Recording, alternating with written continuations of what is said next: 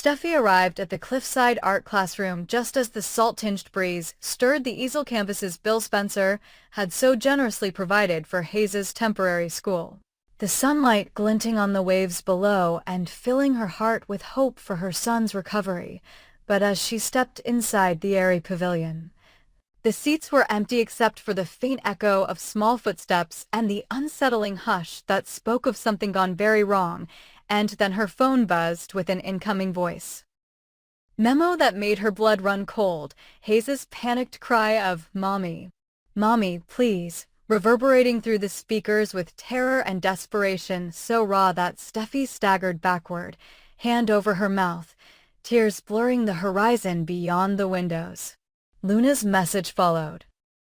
A terse, controlled voice ordering Steffi to leave Los Angeles immediately, to board a one-way flight without so much as a glance back, to sign the divorce papers ending her marriage to Finn and relinquish all legal and emotional claim to Hayes in exchange for the boy's immediate return unharmed, and to accept Luna as his new mother, whose sole right and duty would be to care for him from that moment onward. The terms were stark and unyielding.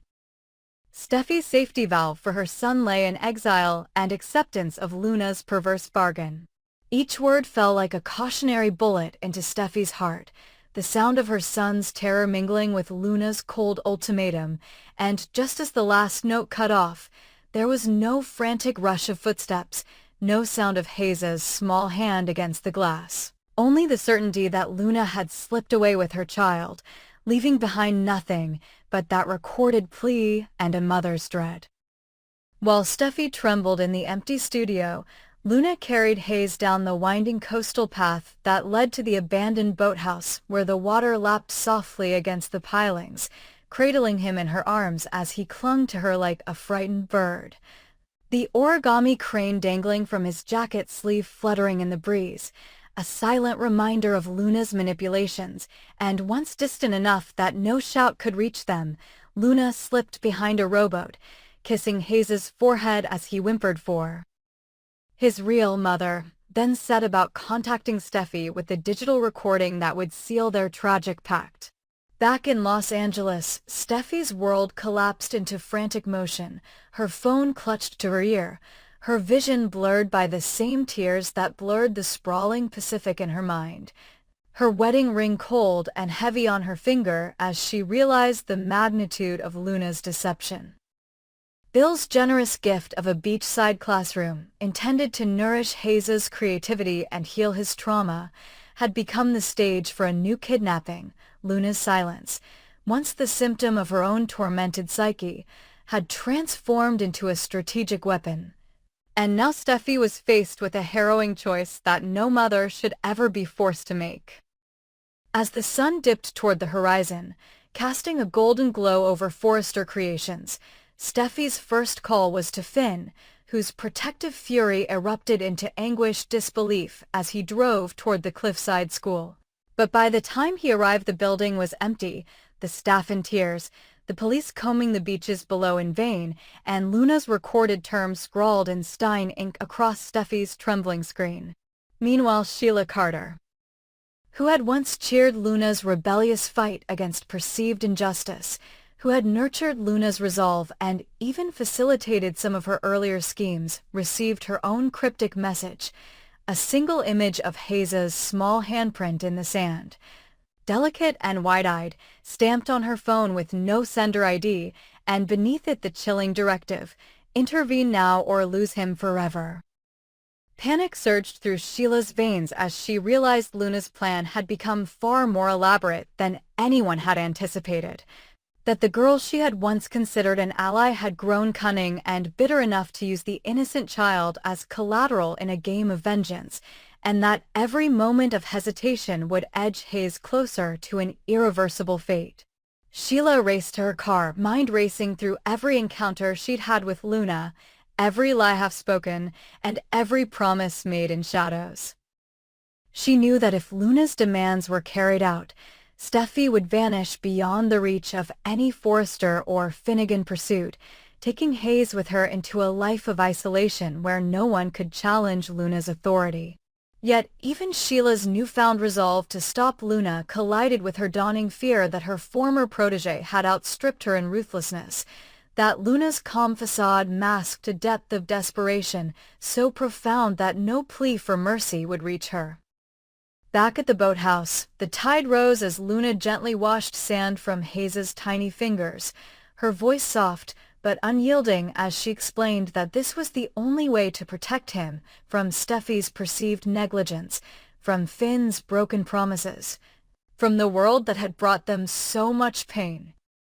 While Hayes looked up at her with tear-streaked cheeks, whispering for Mama Steffy, and Luna's heart hardened at the sound, driving her to tighten her grip on the boy and on the divorce papers she had forced Steffy to sign under duress. Documents she stored now in her jacket pocket alongside the final key to her new life as Hayes's sole guardian. At sunset, Steffy and Finn stood side by side on the balcony of their home, the Pacific stretching endless before them, reading Luna's ultimatum by the dim glow of a single lantern, the weight of every word falling like stones into the dark water below.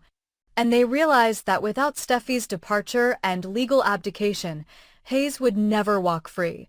Without the divorce decree, Luna held too little leverage to guarantee safe passage out of California. And without Steffy's signature, the child's custody remained contested in perpetuity, risking Hayes's life with every additional hour. Finn's fists clenched and unclenched as he considered storming Luna's hideout alone, yet he knew that any rash action could provoke Luna to harm Hayes rather than lose her advantage. Steffy pressed her forehead against Finn's shoulder, tears wet on his jacket, and she whispered that she would sign anything, leave everything, give up her status and her fortune. She would become a ghost, if only they could see her son again, alive, whole, and safe. In that agonizing moment, Sheila burst through the front doors, breathless and wild-eyed, clutching Hayes's origami crane in her palm. Luna had dropped it in her flight.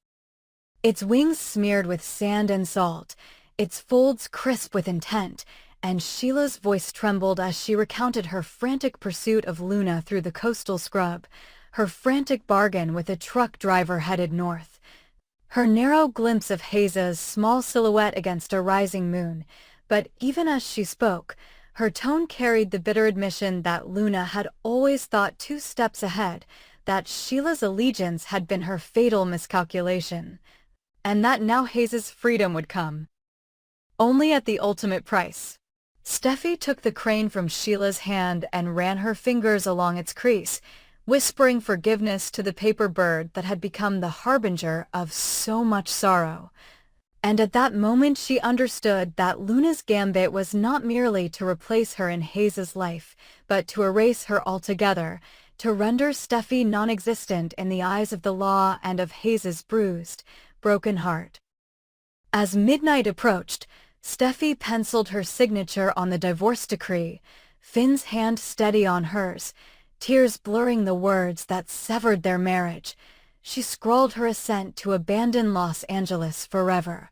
And with each stroke of the pen, she felt a part of herself slip away, yet she refused to let Luna see her hesitation, refused to give Luna the satisfaction of a single regret.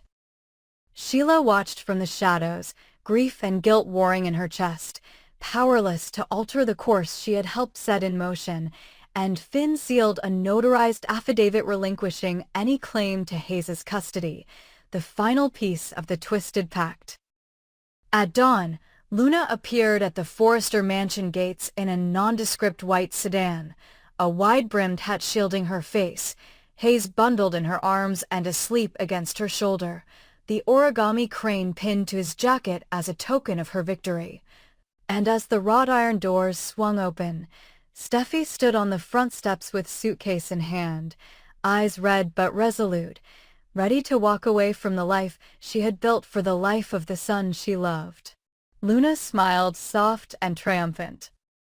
When she saw Steffy's profile against the rising sun, and in that moment the new mother stepped forward to claim her role, even as Sheila turned away into the gathering shadows, her too-late warning echoing in her thoughts. Some games end only when the final player falls, and the price of motherhood may prove steeper than any soul can bear. Steffy's world unraveled the moment Finn's frantic call crackled through the night air. He's missing, Hayes is gone, Luna's disappeared with him.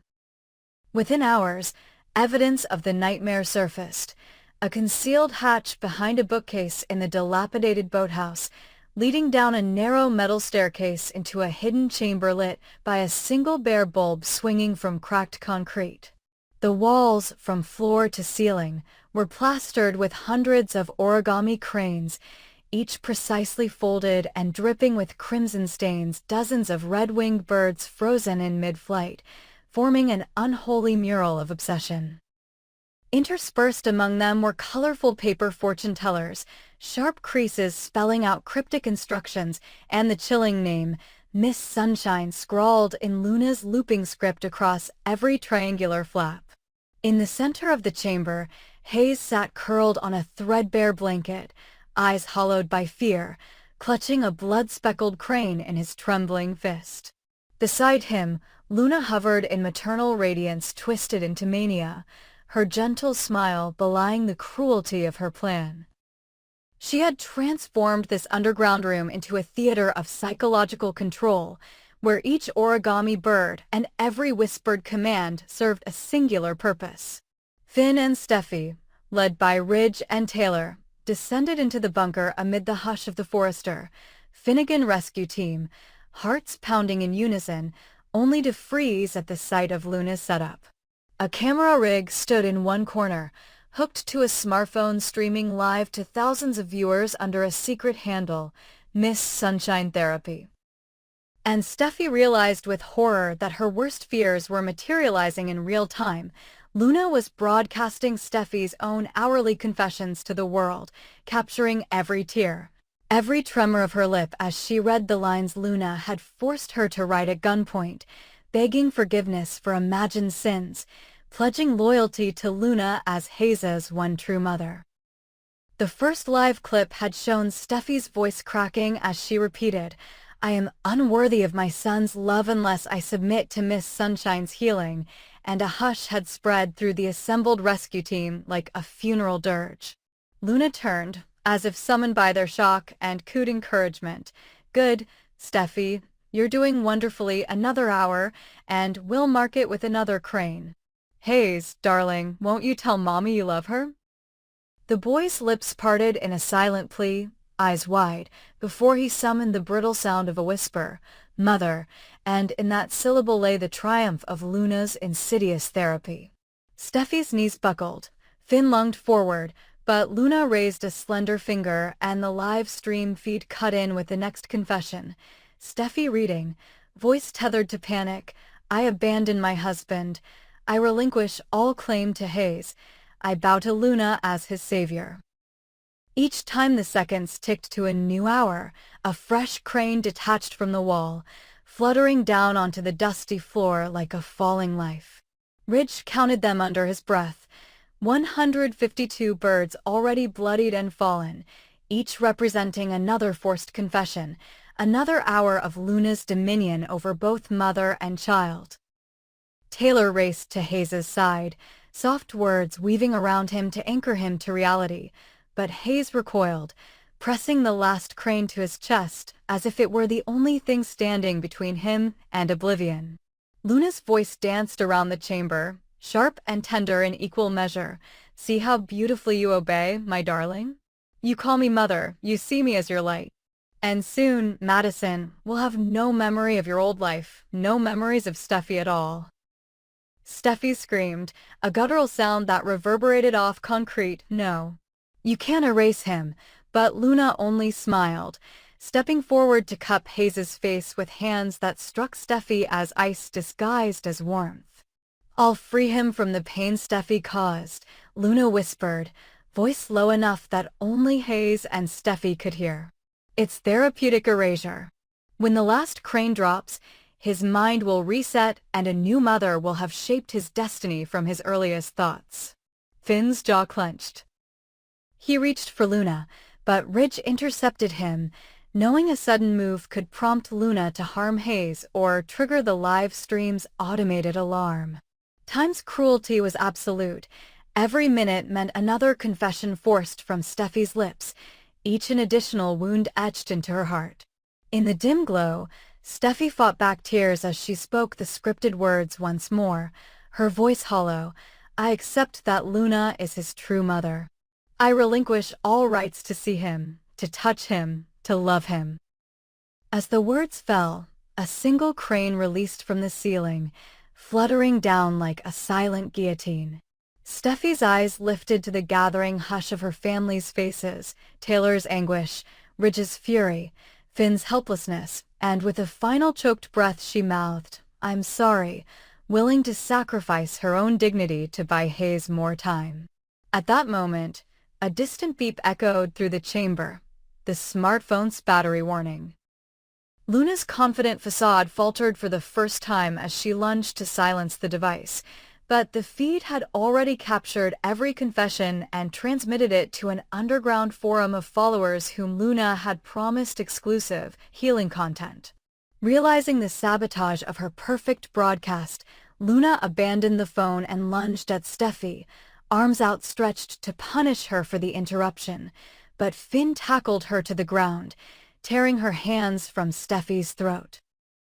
Hayes shrieked, hammered by the chaos, and the last crane began its slow descent from above. Finn pinned Luna, shouting for Ridge to grab the final crane, but Ridge hesitated, looking at Hayes's terrified gaze and seeing the child he must choose to save before the final origami token fell. Time slowed as the crane's wings trembled, twisting like the last heartbeat of Luna's twisted therapy. Steffy, summoning every ounce of strength left, stepped between them and caught the bird in midair, fingertips brushing the stained paper. The bird's weight felt impossibly heavy, years of trauma and manipulation pressing down in that bloody fold. She held it to her chest as though it were her son's own frail body and cried, "No more." Luna's eyes flared with madness as the chamber erupted into a storm of shouting, the rescue team pulling Hayes into Taylor's arms while Ridge subdued Luna, and Finn shielded Steffy against the volley of collapsing cranes. In the scattering wings of origami, as they swept the room clear of Luna's sick art installation, a silence fell, a silence more deafening than any confession could be. Hayes, small and shaking in Taylor's embrace, looked up through tears and let out a single word, "Mommy." The tremor in his voice was weak, but it was real. Luna's therapy, built on the scaffold of folding and blood and forced apologies, had collapsed under its own cruelty. Luna, pinned to the cold floor, screamed for Miss Sunshine, but no knight of her own design came to rescue her. As the family led Hayes up the metal stairs, the walls stripped bare of the paper terrors and emergency personnel-administered treatment, Steffy knelt beside her son, brushing his hair back as though each strand were a promise of healing, while Finn held her, his tears falling into her hair.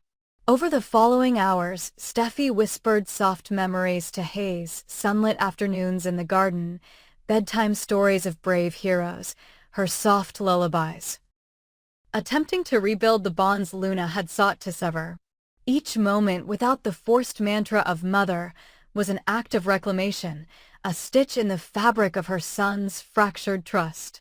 Luna was taken away in handcuffs, her bunker therapy exposed to a world aghast at the depths of her manipulation, and Sheila Carter, arriving too late to intervene, watched from the threshold with horror.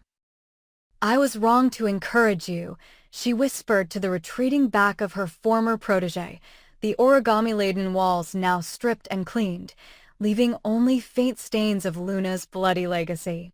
In the days that followed, Hayes's recovery was slow. Night lights banished shadows, therapists coaxed words from his lips, and the family forged new rituals, morning walks in sunlight, art classes filled with clay instead of paper, music that drowned out the echoes of crimson cranes. Yet in his drawings, faint silhouettes of cranes lingered, reminders of the dark chapter they had endured. Steffy vowed never to let her son face another oppressive dawn, and as Finn tucked Hayes into bed each night, the last origami crane, lovingly preserved in a glass case far from the stove of trauma, stood as both a warning and a testament that even the most meticulously folded lies can be unfolded by love, and that the true mother's bond is stronger than any therapy built on fear.